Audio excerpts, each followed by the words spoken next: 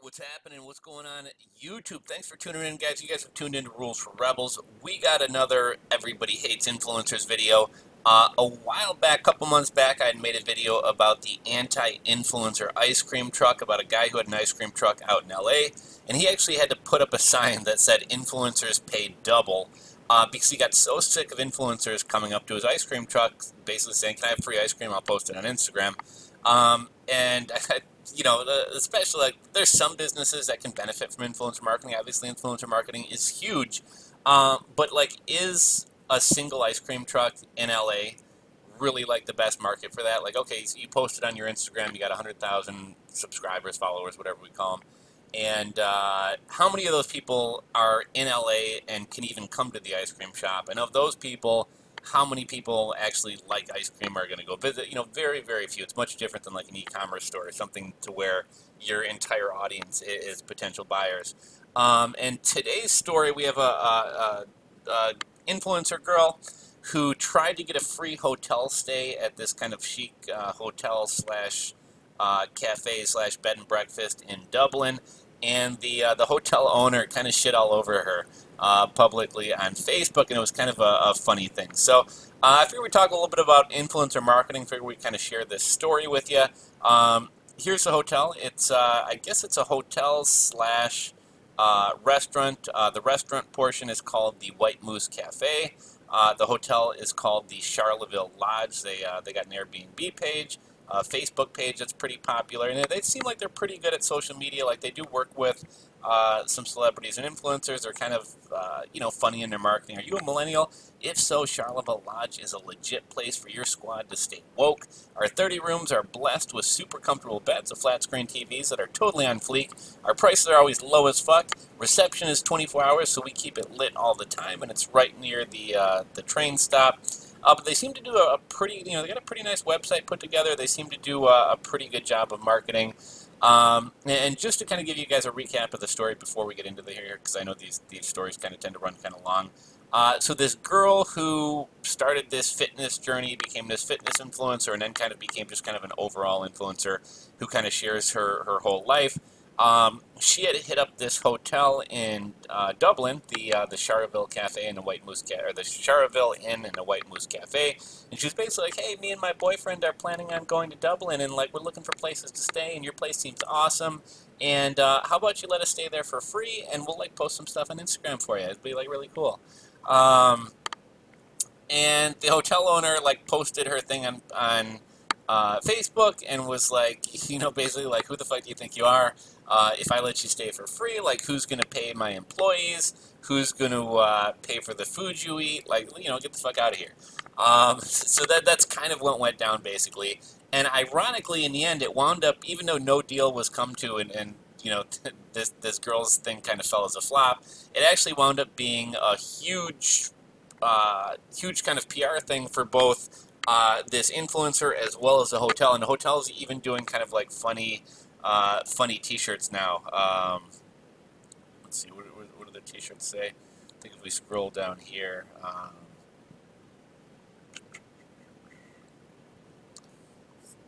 oh, "I got exposed by White Moose. I demanded freebies at the White Moose Cafe, and all I got was this lousy T-shirt." So they've kind of turned it into a funny little marketing thing as well. Maybe this whole thing was planned. Maybe it wasn't. Who knows? But I thought there were a couple lessons we could take before we kind of get into the story. A couple lessons we could take from kind of influencer marketing. I think one of the first things is and I'm going to try not to make this too long, but influencer marketing today isn't what it was in 2013, 2015. Even like 2 years ago. It used to be like you could hire any old influencer and you could have them throw up one post and you'd sit back and watch the sales roll in. Influencer marketing now, it's changed a lot. I think a lot of people realize that like everybody's an influencer, everybody's being paid, everything's a sponsored post. People are a little bit jaded to it.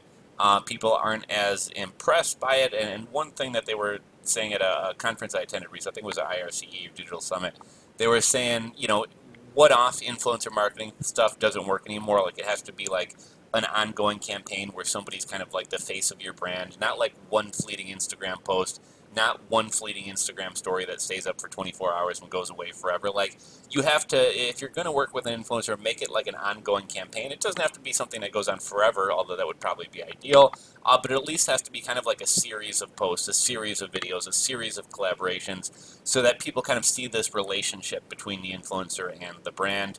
I actually just locked down an influencer deal. I guess it was locked down a day or two ago, but I actually shipped out all the product and everything to this guy today. I hired a college football player to promote a brand for a client of mine. And I think we shipped out, I don't know, maybe about $300 worth of product.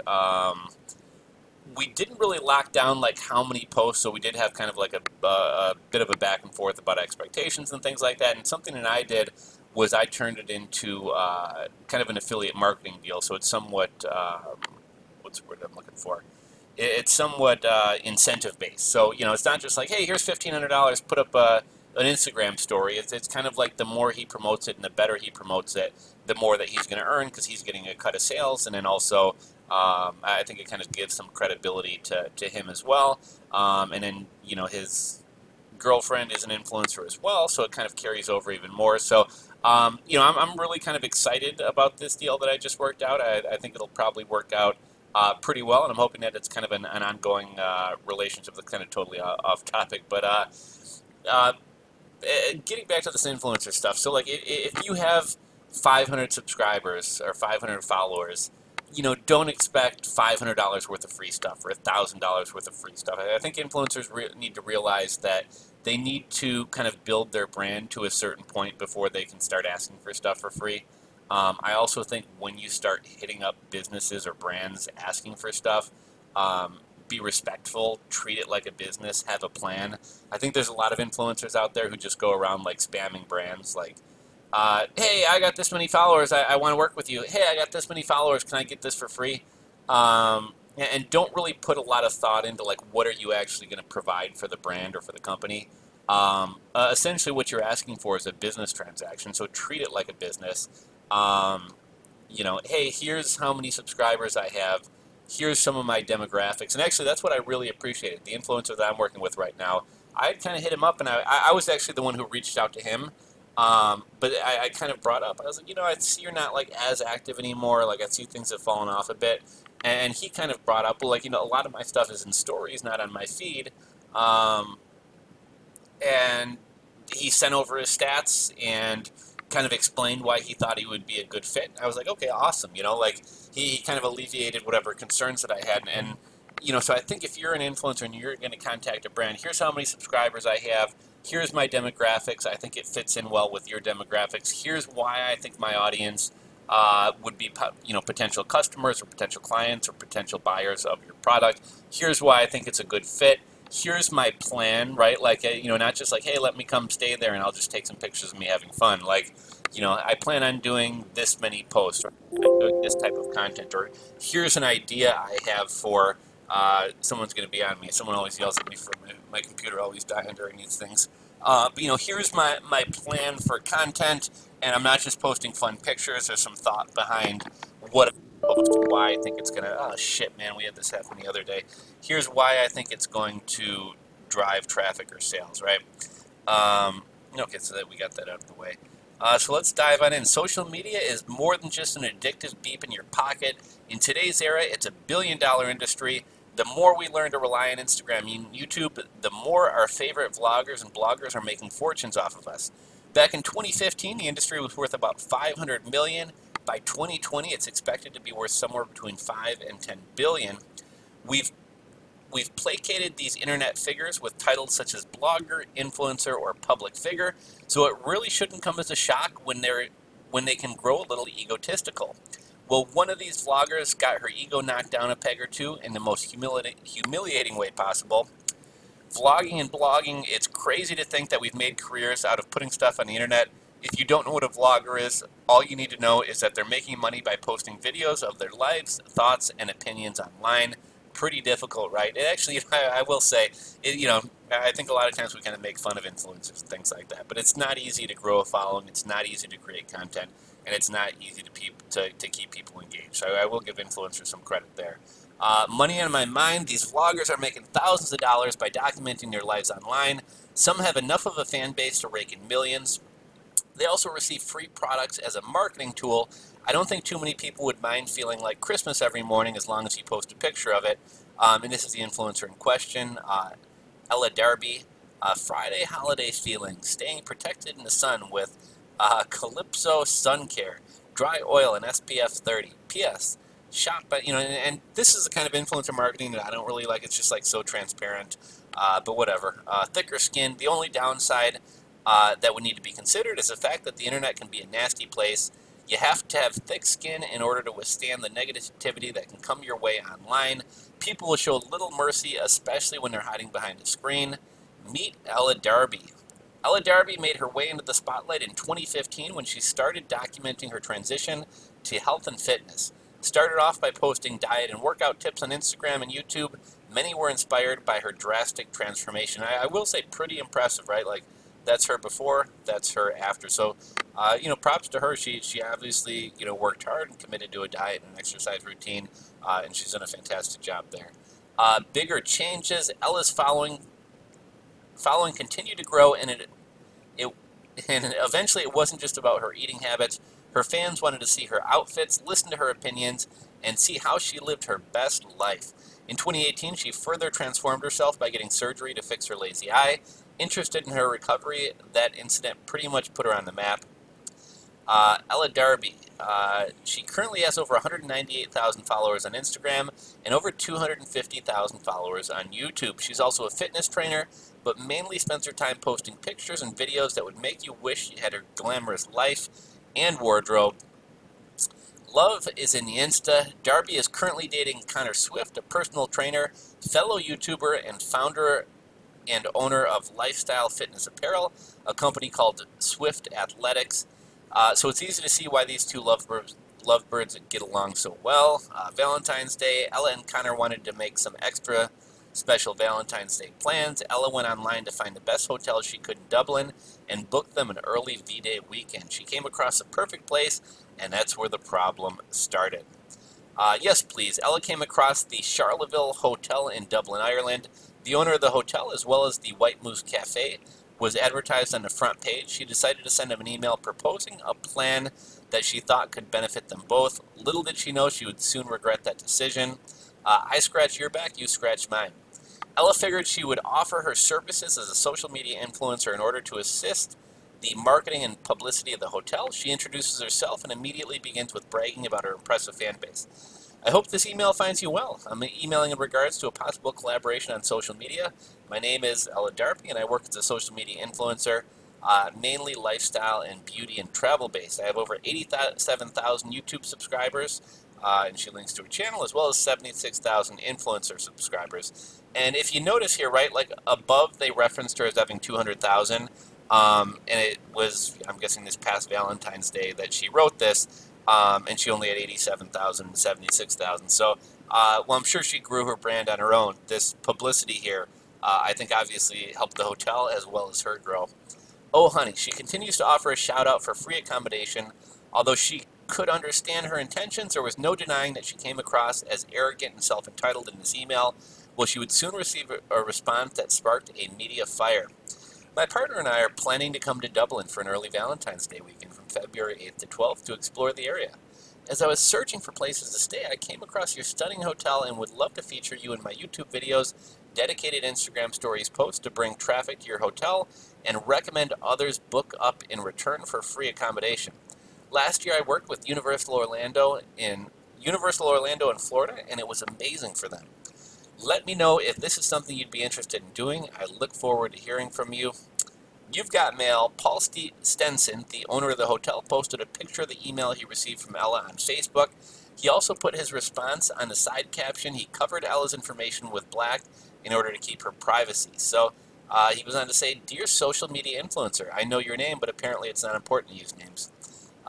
Thank you for your email looking for free accommodation in return for exposure. It takes a lot of balls to send an email like that, if not much self-respect and dignity. Ouch.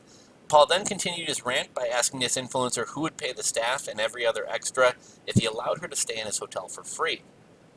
This might also be a good time for bloggers to learn that just because you enjoy living a luxurious lifestyle doesn't mean that the rest of the world has to help you maintain it.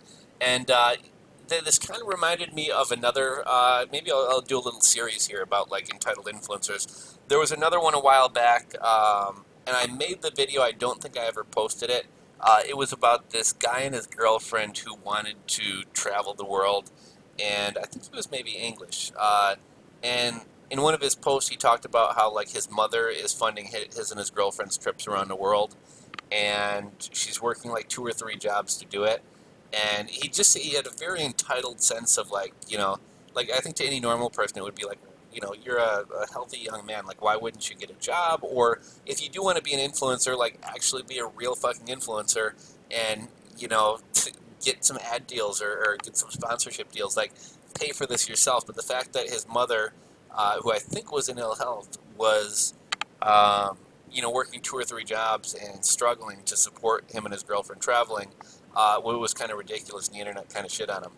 So maybe I'll make a follow-up video on that one as well. In your face, Missy, Stenson further shames Elle by saying just how well his business is doing and how much they don't need her assistance. He finishes off with giving her a little bit of life advice and even attached a video to it just to add a cherry on top. Let's see here. Lucky for us, we too have a significant social media following.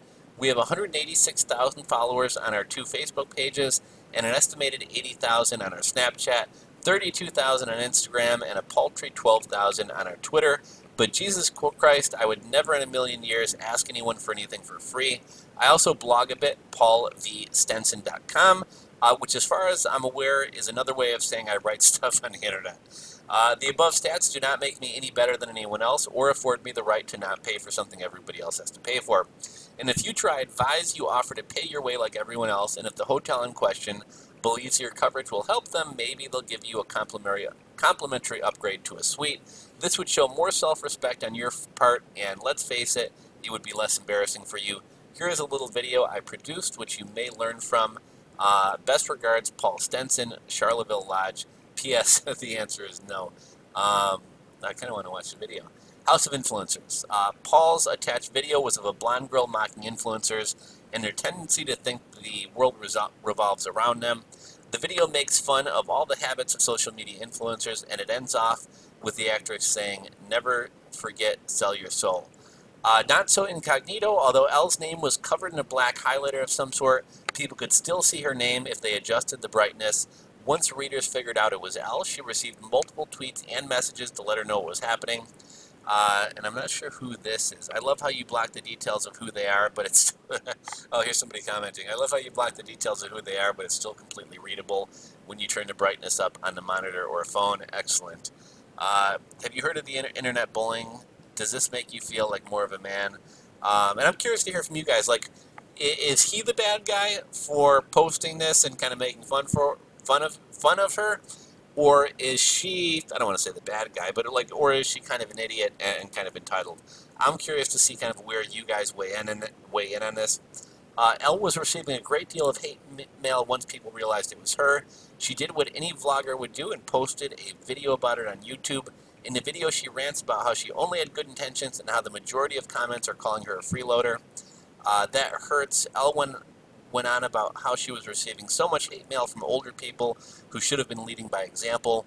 She claimed to only have the purest of intentions, and in return, she began to receive death threats and cancer wishes. That's actually not cool. But wait, there's more. As I'm sure you can imagine, the word about this dispute quickly got out. Both parties had gained more publicity from not going into business with each other than they ever would had they done it. Paul added fuel to the fire when he drew up a fake receipt for the provision of features in 114 articles across 20 countries with a potential reach of 450 million people, and he gave her an invoice. The provision of features in 114 articles across 20 countries with a potential reach of 450 million people, 4,300,000 euros. Is that euro? Yeah, euros. Payment must be made in euros. We do not accept sterling. Mentions in video will not qualify as payment. Thank you for your business. Merch. Paul went so far as to make t-shirts out of the situation. You've got to hand it to him. This is a pretty creative way to get some crazy publicity. And here's those t-shirts we looked at earlier. No more bloggers. Stenson then began to ban all social media influencers from his hotel and cafe. He explained his decision by saying the sense of entitlement is just too strong in the blogging community, and the nastiness, hissy fits, and general hate displayed after one of your members was not granted her request for a freebie is giving the whole industry a bad name. Moving on, in the video that Elle posted, she explains how she was just trying to help the business and that it was just an idea. She states that all she wants to do is move on from this entire situation. However, that has never stopped the hateful comments. Team Elle, there are many followers who are showing their understand to where Elle is coming from. They have continued to support her. Some have tried to leave comments on to Paul himself, but he didn't seem too bothered about it. You probably have created more damage for your business than good by doing this. This post has been uploaded for 9 hours when I'm posting this, and you have 4K interactions. Her video has been live for 1 hour and has already reached 7K. Those 7K viewers are digitally savvy, very influential, and widely active on social media. In case you haven't noticed, this form of marketing is one of the fastest growing, cheapest, and wide-reaching forms of marketing there is. I know for one that I will never be staying at your hotel and will be attending a different one that doesn't humiliate young people and instead understands how hard it is to achieve your dreams, how to help people out, and knows not to embarrass their customers for the world to see. I think you are a very disrespectful business. And you know, like, obviously influencer marketing is big. Is the idea to think that you might get free accommodation that crazy? I mean, it isn't. There's plenty of hotels out there who probably would be happy to give her a free stay, you know, in return for some marketing or influencer marketing or whatever. However, like I said, you know, this is a business transaction, and to just like randomly hit people up and not have a plan or lay out what you can do with them is just kind of lazy on her part. So the social media war has been split in half. On one hand, we have those supporting Paul that feel it was about time somebody said something to these bloggers. On the other hand, there are about as many people who maintain that Elle was just doing her job. I'm a little bit torn. How about you? And I was hoping this had a comment section, but I don't think it does. But yeah, I'd love to hear from you guys. Where do you guys weigh in on this? Is this poor girl getting picked on? Did she go about this in a poor way? Is she entitled? I would love to see where you guys weigh in, so drop a comment below, let me know. If you enjoyed this video, give it a thumbs up. If you're not subscribed to the channel, hit that subscribe button below. Trying to get to 100K here, so I can get free hotels and free stuff too. Just kidding, but I do want to get to 100K to get that silver play button. So help me out, hit that subscribe button. Thanks for watching, guys. Have a wonderful weekend, everybody, and we'll catch you on the next video.